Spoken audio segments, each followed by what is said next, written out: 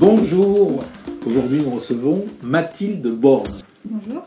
Voilà, donc Mathilde, 35 ans, 2 enfants, née à Saint-Cloud, habite à Vincennes, parisienne, installée à Montpellier depuis 2 ans, école d'ingénieur, oui à Castelnau bien sûr, donc Mathilde Borne est la jeune femme qui est en train de casser la baraque à Castelnau, pour faire simple, on peut dire ça comme ça. On peut dire ça comme ça avec mon Donc, équipe. Hein, donc ouais. voilà, elle a réussi à fédérer une équipe diverse contre le maire qui est là depuis très longtemps. Enfin, le maire et puis le nouveau maire qui est un peu son ombre. Pour résumer, on peut faire ça comme ça, non? C'est ça, on a obtenu nos 3 listes fusionnées, 56% des voix au premier tour. Donc on a mis en ballottage Voilà. la liste de... Donc à la mairie de Castelnau, ils ont un peu les chocottes. Bah, sûrement. Hein? Donc voilà, école d'ingénieur à Bordeaux, doctorat chimie, thèse à Montpellier, chef de projet chez Panzani. Chez Panzani. Ouais. Quand on fait de la chimie, on va chez Panzani. J'ai fait de la chimie, mais ma thèse n'était pas vraiment... Enfin, en fait, c'était sur les matériaux en fait, agro-sourcés à base de gluten. Et donc, en fait, Panzani cherchait plutôt un chef de projet qui a un profil un peu différent de ce qu'ils avaient pour gérer des nouveaux projets en fait, chez eux. Voilà, donc actuellement, c'est la déléguée générale du réseau Compost. Compost Plus. Ouais. Compost Plus, voilà. Des collectivités mutualisent des services de collecte de déchets séparés. 40 collectivités, 13 millions d'habitants. C'est ça. C'est des collectivités qui sont engagées dans la collecte séparée des biodéchets pour faire un retour au sol de qualité. Donc voilà, novice en politique, uniquement dans les engagements associatifs, donc apartisane. Ça veut dire quoi, apartisane? C'est que je fais partie d'aucun parti politique, j'ai jamais fait partie d'un parti politique. D'accord. Voilà. Donc a réussi à fédérer les autres listes. PS, verte, citoyenne. Son objectif, renvoyer Jean-Pierre Grand et sa bande après 37 ans de pouvoir sans partage à Castelnau. Voilà, très sportive. Alors bon, du foot à la SPTT, du rugby, de la natation, de la boxe anglaise. Pas de natation. Ah si, on m'a parlé, je suis informé, on m'a parlé de natation. Ah bon? Ok. Du tennis, classé 30, aïkido, ski. Voilà. Qu'est-ce que vous faites pas en sport? Qu'est-ce que je fais pas en sport? Pas beaucoup de danse. Bon, du piano pendant 10 ans. Ouais. Fait de la couture, des pochettes, des sacs, des cadeaux personnalisés. C'est ça. La qualité droite à l'écoute bienveillante. Ne rentre pas dans les codes. Ça veut dire quoi, ne rentre pas dans les codes? Ça veut dire que je suis mes propres valeurs. Quoi. C'est quoi les codes? C'est quoi les codes aujourd'hui? C'est-à-dire les codes aujourd'hui. Il y a les codes... Je sais pas, je suis pas en fait ce que les gens attendent forcément de moi. Par exemple, quand j'ai choisi de démissionner de chez Panzani alors qu'on m'offrait une énorme promotion, il y a beaucoup de gens de mon entourage qui ont été choqués parce que j'avais besoin de suivre ma voie et de trouver un sens un sens à ce que je faisais. Et c'est pour ça que maintenant aujourd'hui je suis engagée en politique parce que j'ai besoin d'être alignée avec mes valeurs et mes convictions aussi. D'accord, c'est clair. Ouais. Donc défaut, trop perfectionniste, s'angoisse de se remettre en question. Ouais, je me remets beaucoup en question. Mais en fait, c'est pas forcément une mauvaise chose. Justement, ce choix de changer de voie, justement, ça a été vraiment une longue remise en question, mais finalement qui a été très positive en fait. Voilà, donc ça c'est pour la présentation de Mathilde. On va passer sur le numéro 890 de la Glorieuse, avec comme titre la liste Altrad, blockbuster politique. Voilà, donc en 2014, Philippe Sorel a été élu avec une liste d'anonymes, et Moed Altrad peut-il casser la baraque avec une liste de stars et de gens du sérail? That is the question. Bonne question, on verra bien. Hein. Voilà, on se pose la question. Ensuite, on revient sur Saint-Jean-de-Védas, l'ex-colistier d'Isabelle Guiraud, la mère, bientôt à la rue, il est exproprié de chez lui. Une affaire incroyable. Ensuite, on revient sur Philippe Sorel. Partira ou partira-t-il pas en campagne? C'est la question qu'on s'est posée. On a interrogé un peu le microcosme montpelliérain pour savoir. Et ensuite, on est allé sur les réseaux sociaux et on est allé voir un peu ce qui se passait en ce moment. Il y a beaucoup d'activités, beaucoup de clashs, beaucoup de choses très drôles. Voilà, dans le prochain numéro de La Glorieuse. Okay. Voilà, donc Mathilde, est-ce que vous lisez La Glorieuse? Bah non, maintenant du coup, depuis que je vous ai rencontré, je vais le parcourir, mais non, je ne lisais pas La Glorieuse. Êtes-vous consciente de votre exploit de mettre en ballottage la liste LR, Agir, LREM à Castelnau? Bah oui, ça y est, on a conscience maintenant, ouais. Et on a conscience qu'on a des chances de gagner maintenant.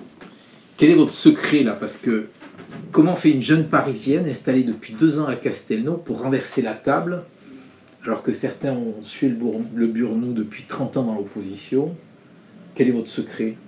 Alors, c'est pas spécialement mon secret, je pense que ça a vraiment été une aventure collective où on a voilà, des gens qui ont eu envie de changer les choses et qui se sont associés avec une volonté voilà, d'agir pour le bien commun, pour changer les pratiques politiques. Et je pense que les gens aujourd'hui attendent ça et c'est pour ça finalement qu'on est passé. Mais je pense qu'il y avait une réelle attente en fait. Le fruit est mûr? Vous sentez que le fruit est mûr? Bah, j'ai l'impression que oui, le fruit est mûr là. Donc vous travaillez dans le compost, voilà, c'est bien ça. Oui, donc vous savez que l'énorme dossier à Montpellier quand même, c'est l'usine d'améthyste. Ouais. En 2017, la Cour des comptes évoquait à la fois un échec financier et industriel, 90 millions d'investissements, 12 millions de frais de fonctionnement annuels et une rallonge de 150 millions d'euros pour faire un truc en fait qui fonctionne mal. Ouais, alors en fait, je pense c'est quand même beaucoup d'argent public, ça. Ça, c'est sûr. Je pense que en fait, sur le papier, c'était quand même un très beau projet à la base, hein, mais je pense qu'ils ont eu pas beaucoup de chance. Je connais pas très bien ce dossier, mais je sais que j'ai entendu qu'ils avaient eu quand même un peu des malchances dans la façon dont ça s'était passé. Il y a eu des défauts en fait au démarrage qui ont fait que ils ont dû orienter finalement leur activité vers des choses qui ont coûté de l'argent, au lieu peut-être d'aller se recentrer sur la collecte séparée justement des biodéchets. Voilà. Mais je pense que c'est quelque chose qui peut se reprendre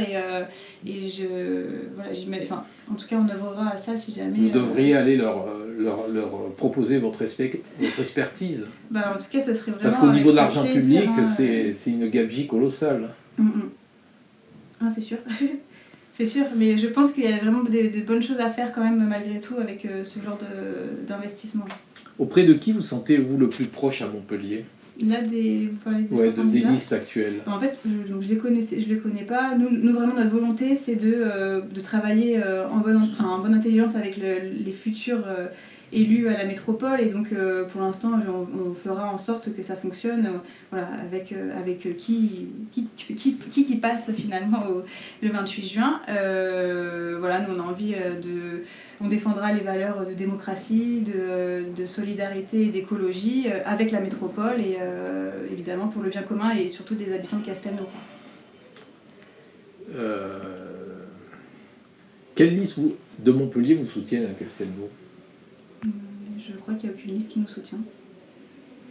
Que pensez-vous de la liste des 4 fantastiques, Altrad plus God, Gaillard, Ollier, Doulin? Sans commentaire, je ne sais pas quoi penser de cette liste. Enfin, elle est atypique, ça c'est sûr. Voilà, on verra après ce qu'ils proposent, hein, si c'est eux qui sont élus, quelles seront leurs propositions. J'espère qu'elles iront dans notre sens. Bon, vous êtes nouvelle à Castelnau, on peut dire, mais que pensez-vous de la carrière politique de Jean-Pierre Grand? En fait, c'est un peu tout ce que nous on voudrait changer, en fait, justement, de faire carrière en politique. Pour nous, c'est pas du tout notre volonté. Voilà. On pense que déjà n'importe qui pourrait faire de la politique, que ça doit être quelque chose de beaucoup plus collectif. Et nous, notre idée, c'est ça, c'est de réimpliquer les gens dans la politique, qui deviennent acteurs finalement de leur ville, quoi. Et donc nous, on voudrait changer ce genre de pratique qui est là depuis 30 ans. Le duel castelnauvien doit-il forcément se lire au prisme du clivage gauche-droite? Non, je pense pas, parce que dans notre liste, on est quand même une liste plurielle. Alors oui, plutôt orientée gauche, mais je pense qu'on est, en fait, on est même un peu au-dessus de ça, puisqu'on a vraiment des valeurs d'écologie qui n'appartiennent à personne, hein, finalement, de démocratie participative et de solidarité. Enfin, voilà, on n'est pas affilié à un mouvement ou un parti. Donc, Et que pensez-vous là, de Jean-Pierre Grand là, qui soutient une liste de droite à Castelnau, une liste hyper ouverte à Montpellier avec Altrad et donc toute l'équipe des 4 Fantastiques? C'est très surprenant. Je ne sais pas si aujourd'hui, si on lui reposait la question, il la soutiendrait encore, puisque je ne sais pas en fait à quelle est sa position. Est-ce qu'il est encore en soutien aujourd'hui d'Altrad et de la liste recomposée? Je ne sais pas. Est-ce qu'on peut dire que Castelnau, comme l'Aiglon, est le Beverly Hills de la métropole de Montpellier? Pourquoi le Beverly Hills? Non, je pense qu'on ne peut pas dire ça. Pourquoi vous Il y en a qui disent ça. Ah oui? Oui. Mais dans quel sens? C'est le quartier un peu chic, un peu... Il y a beaucoup de villas, il y a beaucoup... Ouais, il y a beaucoup de villas, mais il y a aussi une avenue de la 113 là, qui n'est pas du tout une avenue de villas et chic. Hein. Ils ont voulu faire les Champs-Élysées, mais ça ressemble pas du tout à des Champs-Élysées. Hein. Ça ressemble à une avenue de promoteurs qui a été mal pensée, mal construite. Bon, on y reviendra tout à l'heure. D'accord, ok. Donc non, pas le Beverly Hills. Non, j'ai pas cette sensation. Parce que, bon, au niveau de la banque alimentaire, Castelnau est passé de 100 personnes par jour à 200 personnes par jour. Une réaction? C'est que vraiment, réellement, il y a quelque chose à faire au niveau du social et notre programme répondra à cette attente. Donc non, a priori, c'est pas le Beverly Hills de la métropole. Allez-vous continuer à faire des logements sociaux? Alors, évidemment oui, mais pas dans le sens que l'entend par exemple l'équipe de la mairie actuelle. C'est-à-dire qu'aujourd'hui ils construisent des logements neufs, donc c'est construction et béton à tout va. Nous, notre objectif, ce serait plutôt de réhabiliter l'existant en fait en logement social, puisque aujourd'hui le pourcentage de logements sociaux ne répond pas à ce qui devrait être aujourd'hui en fonction de la loi. Il y a 14% de logements sociaux aujourd'hui à Castelnau, il devrait y en avoir 25%. Et vous voulez réhabiliter quel type de logement? De tous les logements. Aujourd'hui, par exemple, il y a 700 logements vacants sur Castelnau, et donc on pourrait faire un accompagnement auprès des propriétaires avec des bailleurs sociaux pour réhabiliter, réaménager et les aider. Et ils sont où les logements vacants? Il y en a un peu partout en fait sur le territoire. Après, je les connais pas exactement, mais en fait, on a eu les chiffres de ces logements et voilà, donc ça peut être un exemple. Ça peut être aussi, dans les logements même aujourd'hui qui ont été construits, de se dire qu'il faudrait mettre un plus gros pourcentage de logements sociaux par rapport à ce que propose. Dans Castelnau-le-Lez, il y a Lez, c'est le grand oublié. Est-ce que vous avez un projet sur le Lez? Une promenade, une piste cyclable, quelque chose? Oui, en fait, on a un gros projet justement de mobilité qui serait vraiment global sur toute la ville. Et évidemment, il y aurait autour du Lez... on a un projet, oui bien sûr, autour du Lez, et notamment, pourquoi pas, une piste cyclable qui permettrait de relier en fait Montpellier par-dessus le Lez. Donc comment comprenez-vous le recrutement de l'ex-DGS de Castelnau comme attaché parlementaire du sénateur il y a moins de 2 mois? Vous n'êtes pas au courant? J'ai pas compris que la nouvelle DGS a été recrutée par le sénateur. Grand, c'est ça? Oui. C'est étonnant, normalement c'est un peu le maire qui devrait faire ça, je sais pas. Il se dit que c'est elle qui gérait les promoteurs. Ah bon, d'accord. Je suis pas au courant. Vous êtes au courant? Non? Non. Voilà. Bon. Comment avez-vous fait la synthèse avec les 2 candidats PS ennemis? C'est une bonne question, non? Ouais, si vous voulez. Je dirais pas ennemis, mais... C'était un peu tendu entre eux. Peut-être, mais en tout cas, là, on a réussi à trouver une entente, en fait, vraiment autour de notre programme et de notre volonté, en fait, de nos 3 valeurs qui sont la démocratie, l'écologie, la solidarité. Ça a été très facile de se mettre d'accord sur les questions de programme. Donc là, aujourd'hui, on voit que... là, on est en campagne, donc on voit que ça marche très bien, en fait. Donc il suffit de créer du lien, un esprit d'équipe et de montrer qu'il y a un collectif et donc ça se passe en bonne intelligence en fait. Jean-Pierre Grand a-t-il été un bon maire?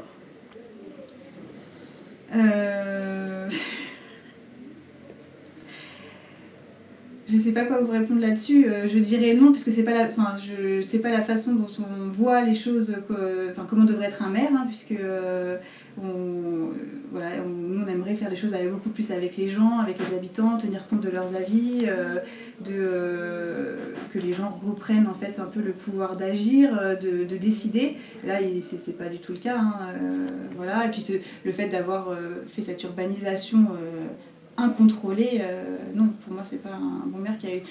En plus de ça, moi je trouve que tous les projets aussi ne sont pas forcément vus à long terme. C'est un peu des choses sur le court terme et ça je trouve que c'est un souci en fait pour l'avenir, quoi. Comment qualifiez-vous sa gestion? Ça fait 37 ans qu'il est maire. Ouais. Comment je peux qualifier sa gestion? Oui.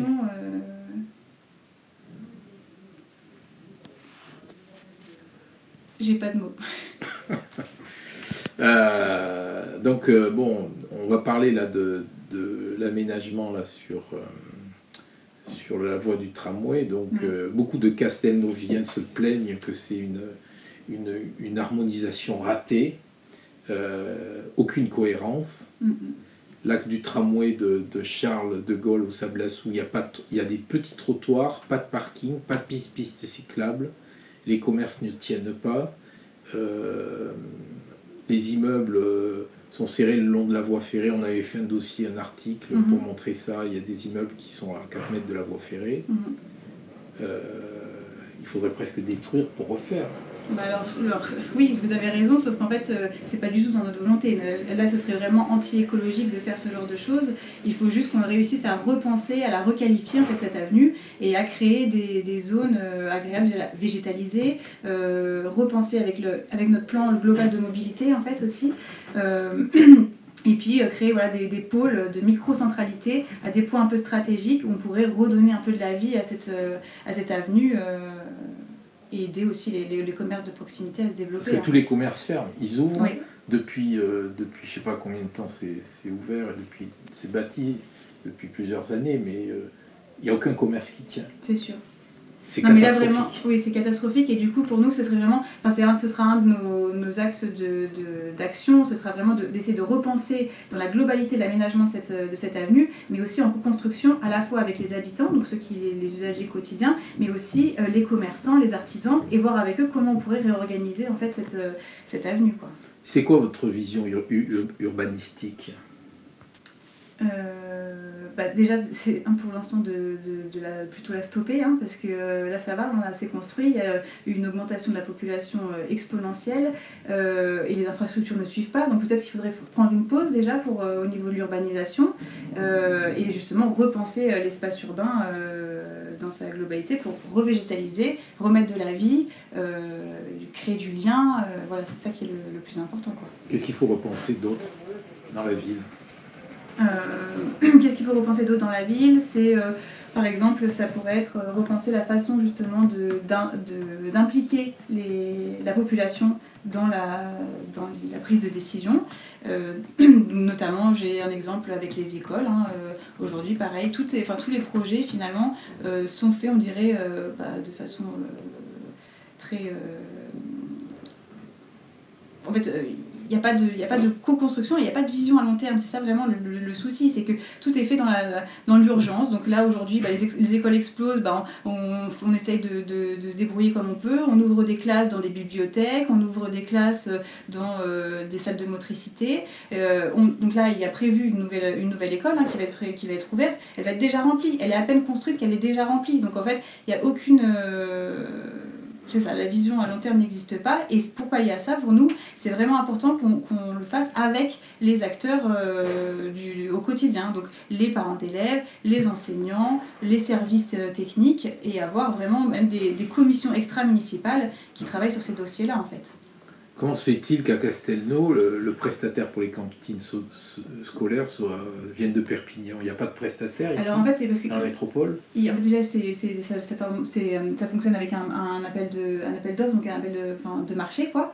On a la période du consommé local. Exactement. On fait venir des camions de Perpignan pour nourrir les enfants, avec tous les problèmes que ça, en cascade que ça amène. C'est ni fait ni à faire. Nous, justement, notre projet pour pallier à ce problème-là, ce serait vraiment de créer une cantine intercommunale qui serait composée donc, de produits locaux et bio. Et donc, à travers ça, on a même un projet encore plus ambitieux, c'est de créer même une ferme urbaine à Sablassou qui permettrait d'alimenter directement en fait, ces cantines. Donc, ça créerait de l'emploi, ça ferait...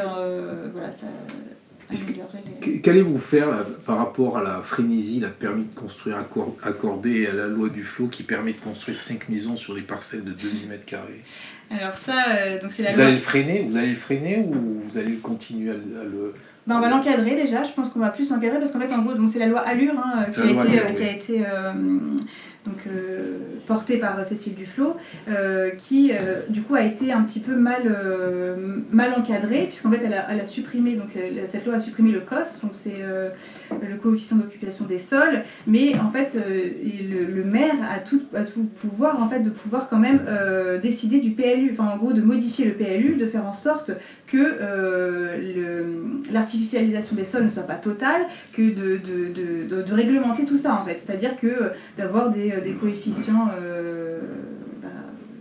finis, de faire en sorte qu'il y ait de la végétalisation et que du coup que l'emprise au sol ne soit pas totale. Après c'est quand même important de dire que cette loi en fait elle avait été faite justement pour la transition écologique dans le but de plutôt densifier en fait les zones déjà urbaines plutôt que de faire un étalement urbain sur des zones par exemple des terres agricoles. Donc cette loi pour ça n'est pas mauvaise, maintenant il faut plus l'encadrer et faire en sorte que les terrains soient que ce soit contrôlé en fait grâce à une modification du PLU.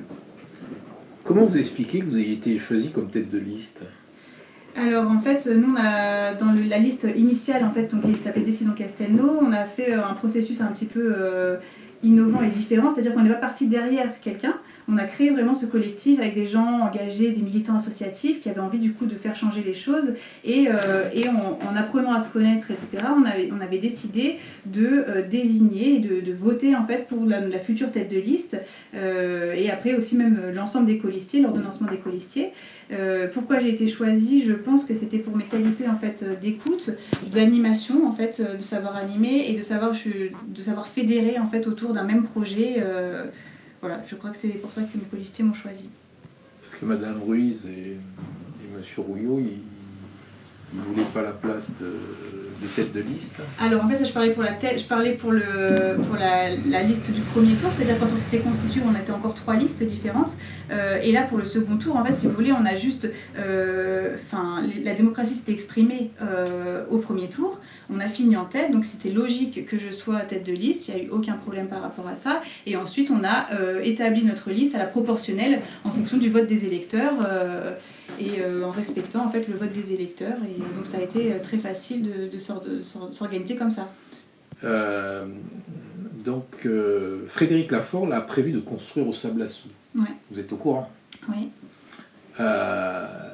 Est-ce que donc on peut sauvegarder les terres agricoles? Peut-on dénoncer le SCOT ou est-ce une fatalité de construire, reconstruire, bétonner dans cette ville de Castelnau? Moi je pense que c'est une fatalité, surtout de construire sur des terres agricoles. C'est vraiment aujourd'hui avec la crise écologique actuelle, je pense que ce serait une catastrophe de le faire. Dénoncer le SCOT, après en fait on peut demander peut-être une révision sur la partie spécifique, parce qu'en fait le SCOT a déjà été approuvé, donc ça voudrait dire que ce serait un travail énorme de tout le dénoncer. Par contre, de demander une révision sur la partie de Sablassou, oui c'est quelque chose que nous souhaiterions faire. Donc il y a à peu près un mois, là, nous avons interrogé M. Laforgue et M. Devingre sur l'aide de 2 millions d'euros aux entreprises. Ouais. Bien sûr, ils ne nous ont pas répondu. D'accord. Donc, on titrait dans le journal un dossier incompréhensible et qui cache quelque chose. Voilà, il y a 2300 entreprises à Castelnau. Ce nombre, il inclut les auto-entrepreneurs. Ouais. Le conseil municipal a débloqué 2 millions d'euros pour aider les entreprises à coût de 500 euros. Sur des entreprises qui faisaient moins de 120 000 euros de chiffre d'affaires. Vous avez suivi le dossier? Oui. Donc, selon mes estimations, il y avait 130 entreprises qui avaient été choisies. Finalement, c'est tombé à 60, 70, mettons une centaine. Ouais. Donc il y a 2 millions d'euros sur la table. pour aider 100 entreprises. À coût de 500 €, ça fait 50 000 €. C'est ça. Donc ça veut dire qu'il y a 1 950 000 €, on ne sait pas où ils sont. Alors moi j'ai demandé à monsieur Laforgue qu'est-ce qu'il faisait de cet argent. Ils n'ont pas voulu me répondre. C'est un effet d'annonce. Nous, c'est un peu la sensation qu'on a eue, hein, pour tout vous avouer. Alors évidemment, on trouve ça très important. Combien d'entreprises ont été aidées finalement? C'est quand même incroyable d'aider des entreprises qui font moins de 120 000 €, alors que dans cette affaire de Covid, tout le monde a été touché. Oui. Non, mais c'est sûr que c'est très important d'aider les entreprises. Enfin, ça, c'est sûr, c'était important. Pourquoi on dit qu'on aide à hauteur de 2 millions d'euros et qu'on aide finalement que 100 entreprises? C'est ça. Il y a pour l'instant, avec les commissions qui ont été réalisées là, autour pour l'attribution des aides, il y a 1% des entreprises qui ont reçu des aides. Là, il y a une commission qui a été, je crois, aujourd'hui, donc du coup, peut-être qu'on est aujourd'hui à 2 ou 3% en fait, hein, de ces 2 millions, quoi. Donc on annonce 2-3 millions et en fait on débloque 1% de ces 2 millions. C'est simplement un effet d'annonce pour avoir un article dans Midi Libre et dire qu'on est là. C'est ça? C'est un peu la sensation qu'on a tous, oui. Voilà. À Castelnau aussi, on est habitué à des élus qui cumulent beaucoup de fonctions. Si vous êtes élu, est-ce que vous allez être maire à plein temps, ou vous allez être député, vous allez être président de la métropole, vous allez être sénatrice? C'est une très bonne question que vous posez, parce que c'est vraiment aussi dans le cœur de notre programme d'éviter le cumul des mandats, mais à la fois en simultané, parce qu'en fait on s'est inspiré de la charte anticorps pour aussi avoir une charte de nos élus.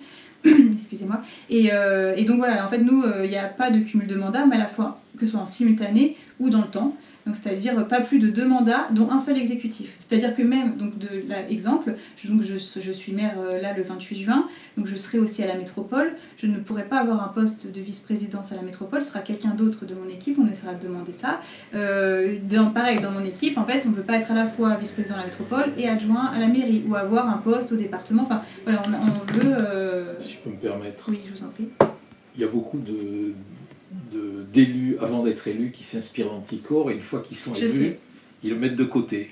Ouais, alors nous vraiment, en fait, je sais pas comment vous convaincre de ma sincérité, mais c'est que en fait, c'est notre démarche est vraiment collective. C'est-à-dire qu'en gros, notre idée, c'est de se séparer le pouvoir, et c'est comme ça qu'on est plus fort. Enfin, vraiment, j'aime bien la phrase tout seul on va plus vite, et à plusieurs on va plus loin. C'est vraiment cette sensation on a plus de force en fait. C'est vraiment plus fort de travailler en équipe, et que chacun en fait ait ses propres responsabilités. Voilà, c'est ça notre volonté, et vraiment on l'appliquera si on est élu le 28 juin. Bon, on va terminer par la traditionnelle question chapeau, que vous tirez et que vous nous lisez. Ok. Alors, pour beaucoup de Castelnauviens, la ville a vendu son âme. Pour avoir 25 000 habitants, on a fait n'importe quoi. Qu'allez-vous faire pour que la ville redevienne agréable à vivre? Je crois que j'ai déjà un peu répondu à cette question. On va justement stopper cette urbanisation galopante et faire en sorte que les infrastructures pour les aujourd'hui 22 000 habitants qui sont déjà sur Castelnau puissent avoir accès à tous les services dont ils ont besoin. Voilà. Par exemple les écoles qui explosent. Non, mais je reviens à ça. Les mobilités, comment se déplacer dans la ville, qu'il y ait beaucoup plus d'espace pour le vélo. Il n'y a aucun espace pour le vélo à Castelnau-de-Lez. Non, en tout cas, tout est discontinu. Ça, les pistes cyclables, c'est... Voilà, il n'y a eu aucune concertation de personnes. Donc il y a des pistes cyclables qui s'arrêtent, on ne sait pas où elles redémarrent. Non, mais c'est un peu une catastrophe. Pour que l'accès aussi pour les piétons, pour les personnes à mobilité réduite, les personnes âgées, il faut absolument qu'on remette de la vie comme ça, avec de la végétalisation, avec des microcentralités, des commerces de proximité. C'est quoi des microcentralités? En fait, c'est un peu l'idée de créer des petits centres. En fait, le centre actuel, évidemment, on veut continuer à ce qu'il soit dynamique et à l'aider à se développer, mais on voudrait que, parce que la ville est quand même un petit peu étalée, on voudrait quand même qu'à d'autres endroits, des gens qui justement ne peuvent pas se déplacer ni en vélo, ou en tout cas éviter qu'ils prennent la voiture, qu'ils puissent aller à pied dans leur commerce à côté de chez eux, quoi. Voilà. Très bien, je vous remercie. Merci à vous.